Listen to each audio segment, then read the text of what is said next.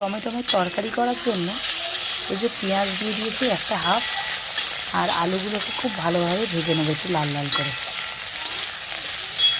টমেটোমের তরকারি মানে বুঝতে তো যে টমেটোমের তরকারি আবার কি করে হয়।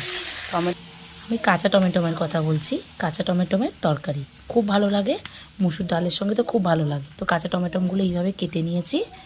এবার আলুটা বেশ কিছুটা ভাজা হয়ে গেলে এগুলো দিয়ে দেবো। এগুলো লাল লাল ভাজা হয়ে গেছে, এবার টমেটো দিয়ে দেবো। টমেটোটা দিয়ে এবার নাড়বো কিছুক্ষণ। এবার এর মধ্যে হলুদ আর নুন দিয়ে দেবো। আগে একটুখানি নেড়ে নিই 2 মিনিটের মতন, তারপরে হলুদ আর নুন দিয়ে দেবো। টমেটো তরকারিটা করতে খুব ভালো লাগে। নুন, হলুদ আর লঙ্কা গুঁড়ো দিয়ে দিয়েছি। ঝালটা যে যার পরিমাণ মতন বুঝে দেবে। এবার এটাকে নাড়াচাড়া করে চাপা দিয়ে দিলে, এবার বেশ কিছুটা নাড়াচাড়া করে আমি সামান্য একটুখানি জল দিয়ে দিয়েছি যেন এটা সেদ্ধ হয়। আলুগুলো একটু সেদ্ধ হতে বাকি, খুব কম জল দিয়েছি বুঝতেই পারছো। এবার এটাকে একটু চাপা দিয়ে দেবো। জলটা একদম শুকিয়ে গেলে এটাকে নামিয়ে নেব।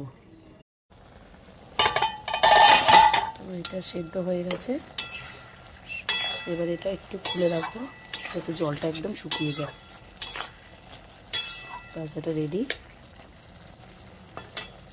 হয়ে গেছে। টমেটোমের তরকারি রেডি। নুন ঝাল সব দেখে নিয়েছি, সব ঠিকঠাক আছে। তো তোমাদের রেসিপিটা কেমন লাগলো অবশ্যই জানিও। টাটা।